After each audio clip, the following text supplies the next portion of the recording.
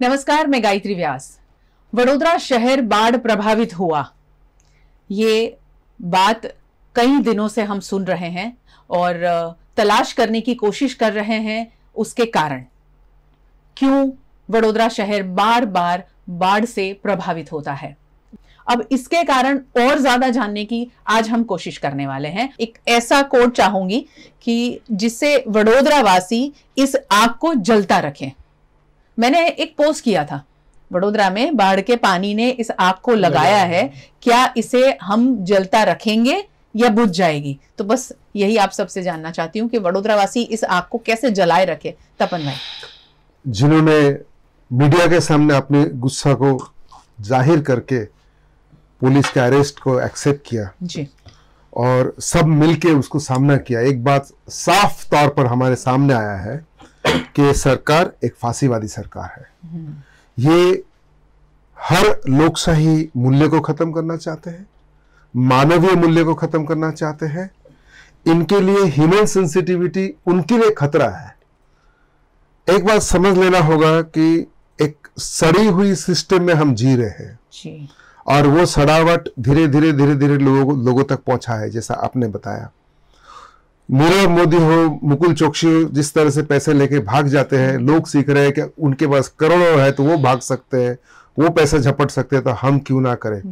ये मानसिकता जो है ये आम जनता के जहन में इन लोग डाल रहे ताकि इनके शासन बेरोक टोक चल सके। इसका सामना करने का एक चिंगारी इस बार आपने जैसा बताए पानी में आग लगाया। ये आग जलते तभी रहेगा जिसको जब हम उसे संगठित रूप देंगे, जब हम उसको पीपल्स कमेटी के रूप में आगे बढ़ेंगे, सब मिलकर चलेंगे। इस बार आपको शायद मालूम होगा काफी सारे जगह में, मैं तो खाली एक उत्तर जोन के वहां के कांस को क्लियर करने के लिए एक ग्रुप बना है, वो मैं व्हाट्सएप के जरिए देखा है। सारे लोगों को संगठित जो आक्रोश है उसको संगठित रूप नहीं देंगे तो ये आग बुझ जाएगा। अगर हम सब लोग जो आज यहाँ बैठे हैं और काफी लोग जो कई बड़े तादाद में लोग जो बड़ौदा शहर में चिंतित लोग हैं, उनको संगठित नहीं करेंगे, उनको ऑर्गेनाइज नहीं करेंगे, उनको एक सिकल में नहीं बांधेंगे और उसके जरिए इस आंदोलन को आगे नहीं बढ़ाएंगे तो आग को बचाना कठिन है, लेकिन असंभव नहीं है। हमें संगठित होना पड़ेगा, संगठित होना पड़ेगा। अतुल भाई, ये पानी में आग लगी है तो उससे चालू रखना है तो जनता को इकट्ठा होना पड़ेगा।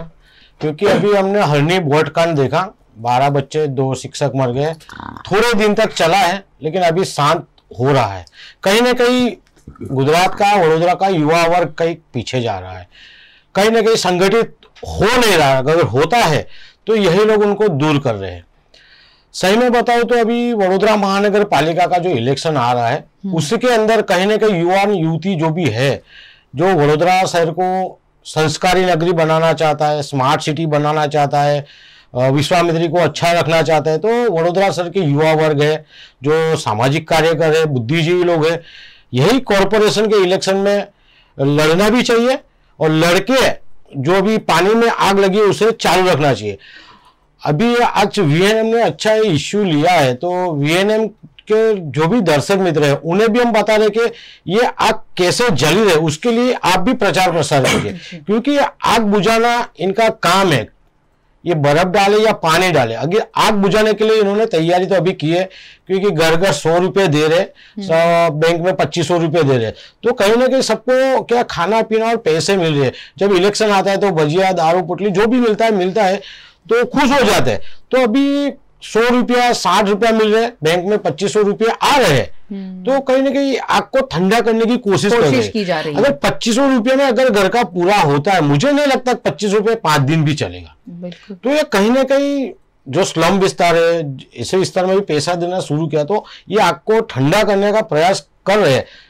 तो ये आग को बढ़ाना चाहिए और जहीं जहीं अवैध निर्माण है उसके लिए कहीं ना कहीं वडोदरा से बहुत बुद्धिजीवी वर्ग है, और पैसेदार लोग भी है, तो कहीं ना कहीं इसको PIL करे, हाईकोर्ट में ले जाए कि जो भी अवैध निर्माण है उसे दूर करो जी। तो ये आग जलती रहेगी। लेकिन मुझे नहीं लगता कि आग जलती रहेगी। लेकिन हमारे जैसे जो भी अभी लोकसभा हम सबने इलेक्शन लड़ा है, हमारे साथ और लोग जुड़े हुए भी है, हम ये आग को बढ़ाए रखेंगे, इसमें और पेट्रोल डीजल डाल के पानी में जो आग लगी है उसको बढ़ावा देंगे। जी, बहुत जरूरी है ये। अमित भाई, ये पानी की आग, ये लोगों के दिल की आग, लोगों के घर की आग, लोगों के जलन की आग, लोगों के भविष्य की आग, ये जो आग है, जैसे अपने पेट में जैसे ऑटोमेटिक भूख लगती है, बड़ौदा की जनता को इलेक्शन आए तब तक भूखा रहना चाहिए। भूख मतलब खाने से भूखा नहीं, लेकिन दिमाग में भूख रखना चाहिए कि मुझे अपने घर में एक फोटो लगा देना चाहिए विश्वामित्री का। और विश्वामित्री अभी जो मीडिया में और जो पेपरों में जो फोटो आया है,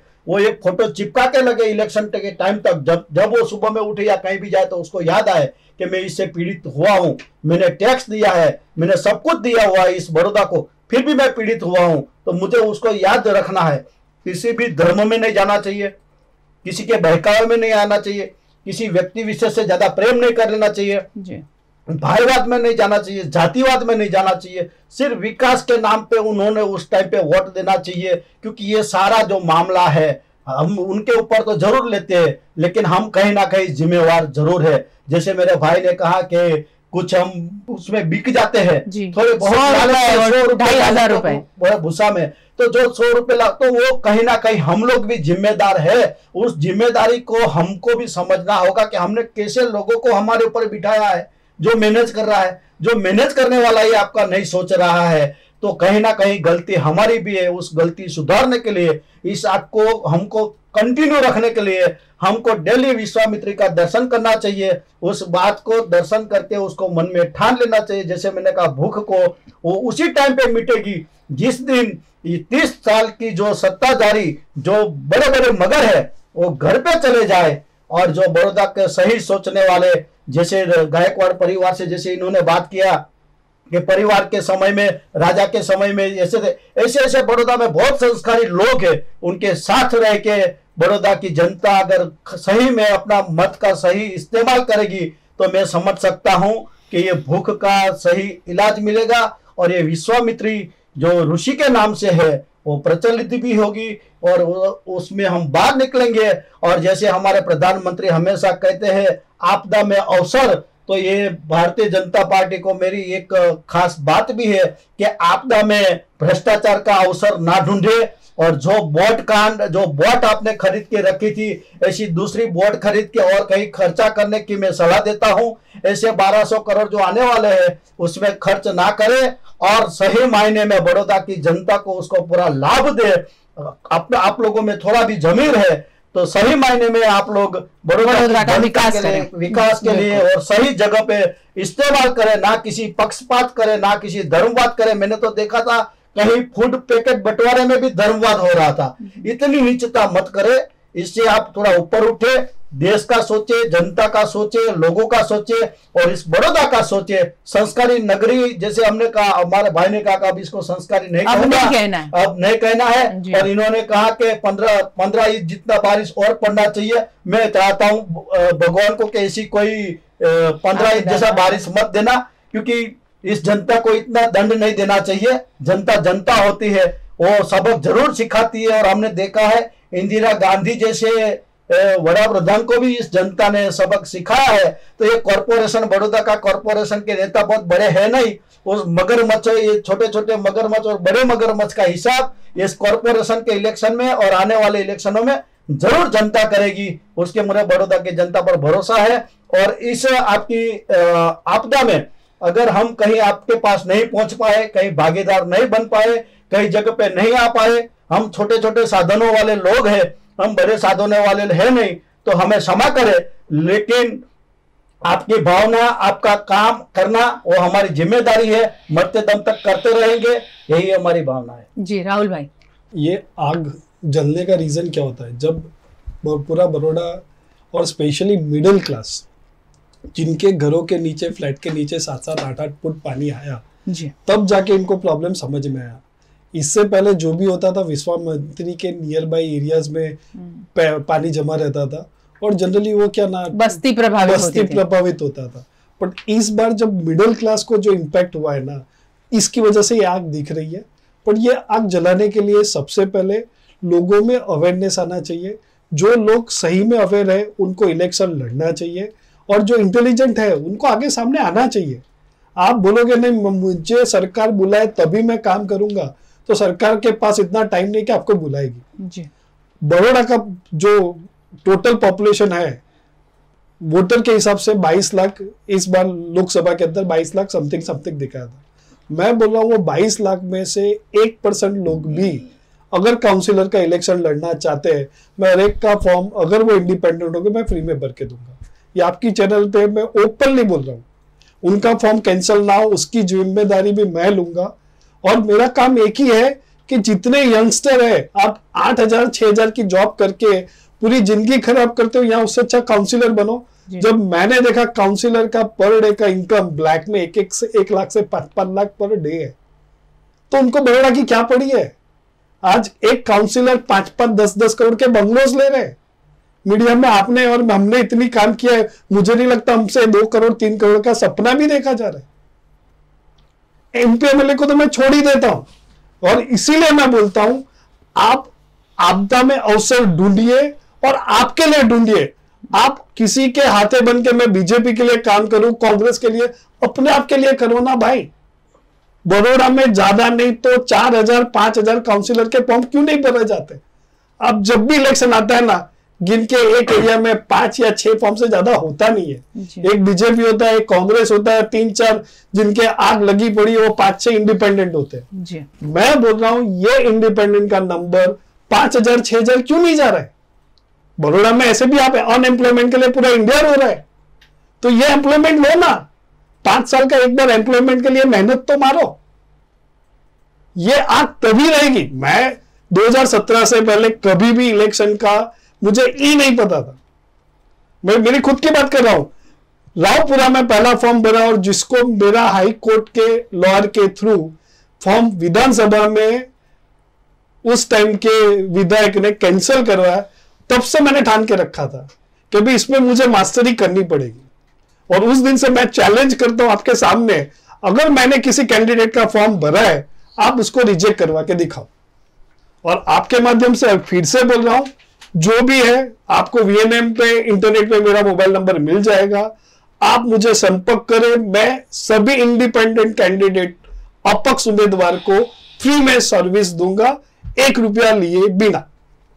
इस तरह से आग जलाए रखनी होगी, क्योंकि वडोदरा शहर को अगर सही मायने में विकास की ओर ले जाना है, वडोदरा शहर की विश्वामित्री को बहुत अच्छे तरीके से उसके बहाव को हमें और हमारे आने वाली पीढ़ी को दिखाना है, तो उसके लिए ये आग जो इस बार बाढ़ के पानी ने लगाई है उस आग को बुझने नहीं देना है। और एक सुझाव देकर इस चर्चा को मैं खत्म करूंगी। आपके एरिया में, आपकी सोसाइटी के पास से जो भी बरसाती कांस बह रही है, अगर वहां गंदगी है तो उसे साफ करवाइए। अगर वहां कंस्ट्रक्शन हुआ है तो उसे तोड़ने की कोशिश करिए। आप खुद इकट्ठा होइए। अगर आप ये इनिशिएटिव लेंगे तभी हमारा स्थानीय प्रशासन भी उस दिशा में सोचेगा।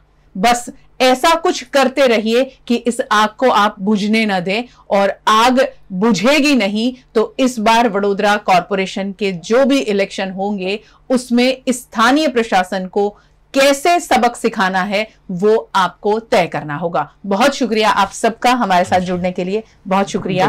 और आप सबका भी बहुत शुक्रिया हमारे साथ जुड़ने के लिए। वीएनएम टीवी को यूट्यूब चैनल पर आप देख रहे हैं तो सब्सक्राइब करें, फेसबुक पर देख रहे हैं तो फॉलो करें, लाइक करें। इंस्टा, ट्विटर और वेबसाइट के जरिए आप तक खबरें पहुंचती हैं। वीएनएम टेलीविजन अब जियो फाइबर चैनल नंबर 498 पर दिन भर खबरें और ऐसी चर्चा लेकर आप तक पहुंचता है। बहुत बहुत शुक्रिया हमारे साथ जुड़ने के लिए। स्वस्थ रहिए, सुरक्षित रहिए। आज जो हालात हैं वडोदरा शहर के और गुजरात के, जहां जहां इतना ज्यादा पानी भरा वहां बीमारियों की बहुत ज्यादा चिंता है लोगों को, तो पानी उबाल कर पिए और अपने आप को, अपने बच्चों को, अपने घर के बुजुर्गों को स्वस्थ रखिए। नमस्कार।